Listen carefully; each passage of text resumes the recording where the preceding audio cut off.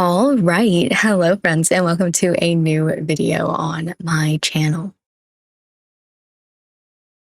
So recently I read Radiance by Grace Draven, and I wanted to make a little conversational sort of video talking about the book and my experiences with it. With this new VTubing format, I don't really get that in real life vlogging aspect anymore, but a lot of what I do is just yapping anyway. So I figured, are we really losing anything if I'm still yapping to the camera about the book that I read just after I've read the book? It's the same thing, basically. Anyway, Radiance by Grace Draven. For some foundational little information for everybody to know, this is the story of these two characters. There's a human girl named Ildiko.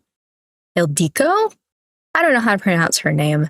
And a kind of monstrous man named Brishan. I don't really know that you would be able to describe him as a monster because he's not very monstrous. He's still very human, but these are humans that live in the dark, and so their skin is a little bit more pale because they don't see the sun. There's stuff about how their eyes, they don't have pupils, basically. But otherwise, they have claws and sharp teeth, but otherwise, for the most part, they're human, but they're not. Anyway, these two, they are about to get into an arranged marriage with each other for political reasons. They're both heirs to the thrones of their respective countries, and so they have been paired off in order to have some political alliances between the two countries. And one of the first things that you kind of read in the story, which made it so interesting to me, is the fact that they first meet hours before they get married in a garden. And they don't know that they are talking to the other person that they're about to get married to because they've never met this person before in their life. But they're, chatting as though they're just chatting to somebody normal and talking about the differences between their races. And specifically, he says that she is the ugliest person that he has ever met, and that she will give him nightmares, to which she replies, well, if you crawled out from underneath my bed in the middle of the night, I would smack you with a frying pan. You're that grotesque. So they get into a very fast friendship because of this. They just match each other's freaks so perfectly in this very beginning scene.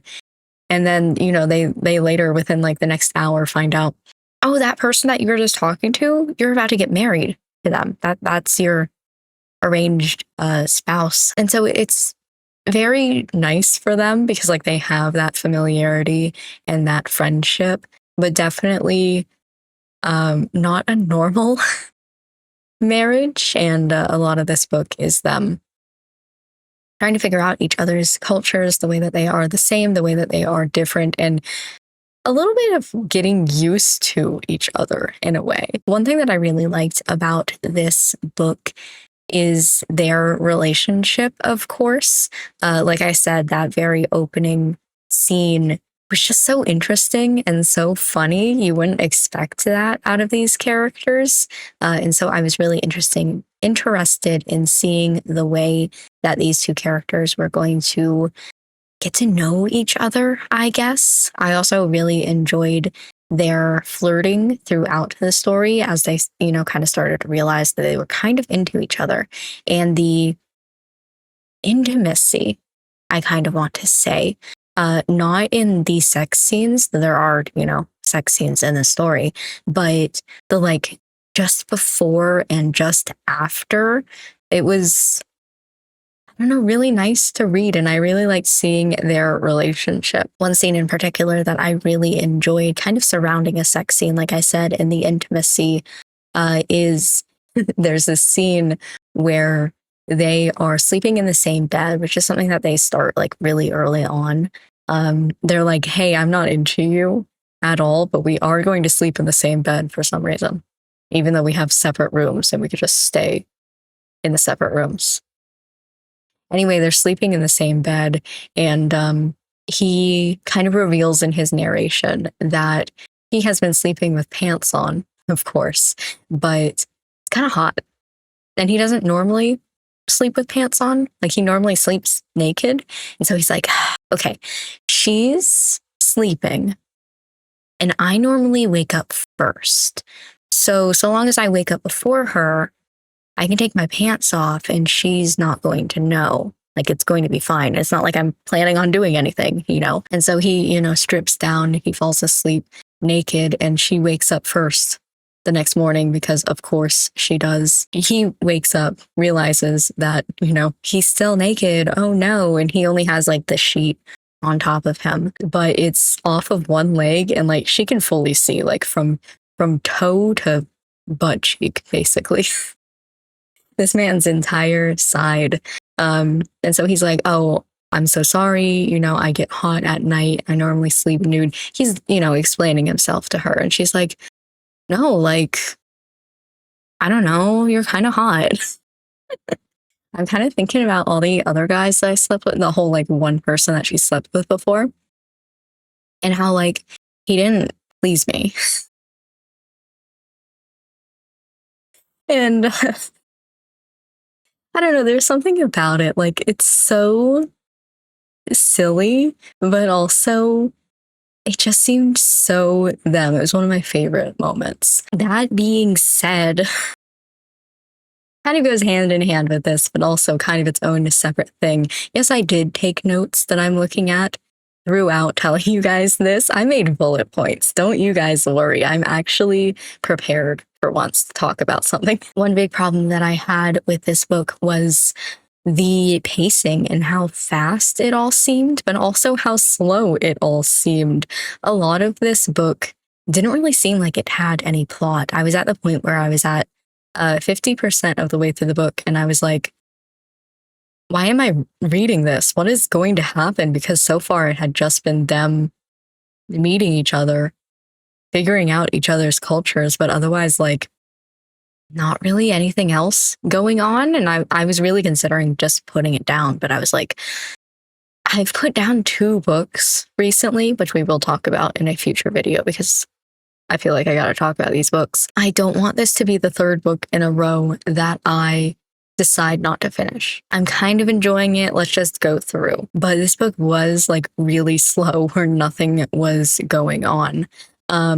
A lot of the things that were happening were kind of like 0 to 100, like with their relationship. They didn't consider each other, attractive. They're like, no, we're just friends. Like, nothing's going to happen. And then one morning they just decide to go for it. Like, okay, there's not really a reason for this. I don't know. It just kind of happened. Same thing with like the conflict, the physical part of the story. There's little bits and pieces about like politics, and in retrospect of reading this book, I can kind of see where these little details are building up into a bigger plot. But that plot doesn't start until like 80% of the way through the book. And so it's just sort of, it felt more like world building than it did like hint, hint, nudge, nudge. This is going to be important in the future for our plot. Things just sort of start happening out of nowhere. And all of a sudden you're reading a torture scene going, how did we get here? What the hell is going on? Another thing that really bothered me in this book was the ending. And this is going to be a little bit spoilery, but it's also like things you need to know. I can't talk around this.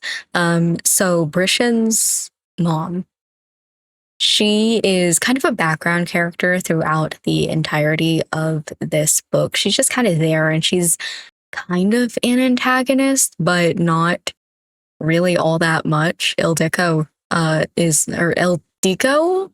I feel weird calling her Ildiko, but that's the way that I read her name the entire time. I'm sorry, girl. You just got Dick in your name.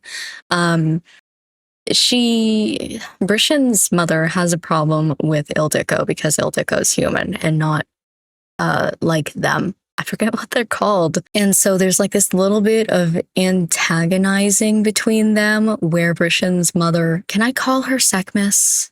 Can I call her by her name? Oh my goodness. She like puts a scorpion creature in Ildiko's bed in order to try and kill her, but Ildiko figures out about it before she goes to sleep, and it's not really a big problem. Otherwise, she's like calling Ildiko names, being like, oh my god, you're so ugly, and Ildiko's like, okay, who cares? Like, she's such a background character that at no point was I was like, this woman is going to be important to the plot in any way. And then 90% of the way through the book happens. We get almost like a few pages away from the ending. And before I even talk to you guys about this, just because it was entirely a what the fuck moment, there is this scene, has nothing to do with the ending, where Sekhmis, Brishan's mother, biological mother, is talking to Brishan. And she's like, damn, it really sucks that you're my son because, like, I kind of want to have sex with you. Hello? Like, it comes out of absolute nowhere up until this point of the story. And even then, like, why would you say this to begin with? But up until this point of the story, like, she has not really cared for Brishan at all. Again, somewhat antagonizing, but otherwise, like, it's not really a big deal. Nobody cares about her.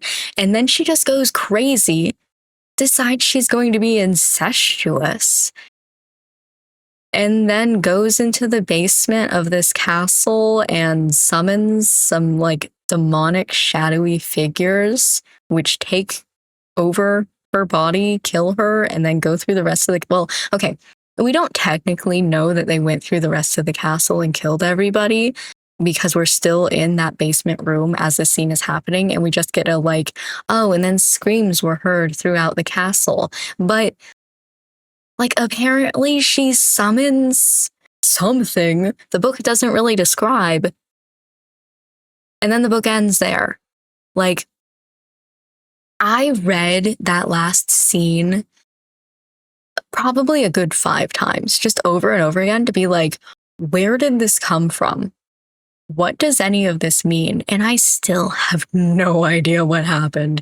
Like, so she just goes crazy for some reason. And all of a sudden now she's like a big antagonist. But then also she dies, so does it really matter? It just felt entirely unnecessary. Like, up until this point, like I said, up until around 80% of the way through this book, we were just talking about Ildiko and Brishan getting to know each other, basically. Getting to know each other's cultures. It was very slow, very like, why does any of this matter?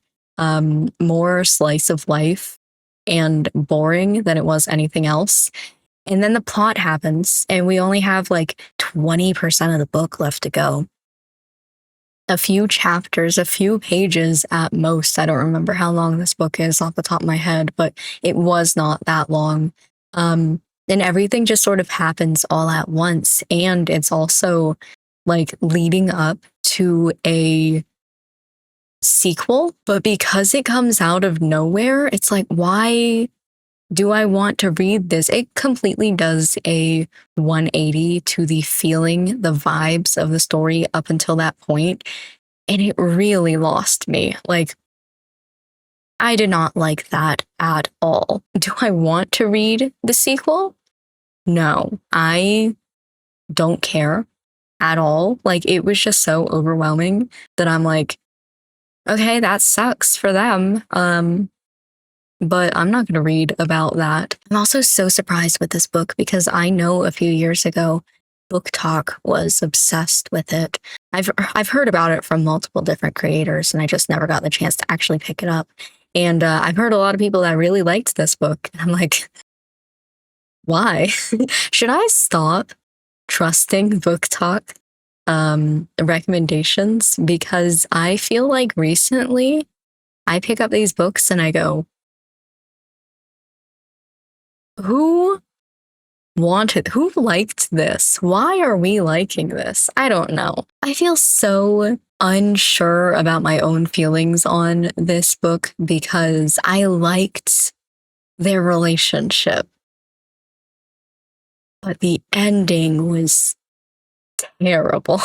That's what I've been reading for the past couple of weeks, trying to get through this book, and I wanted to share it with you guys because that was a book that I read.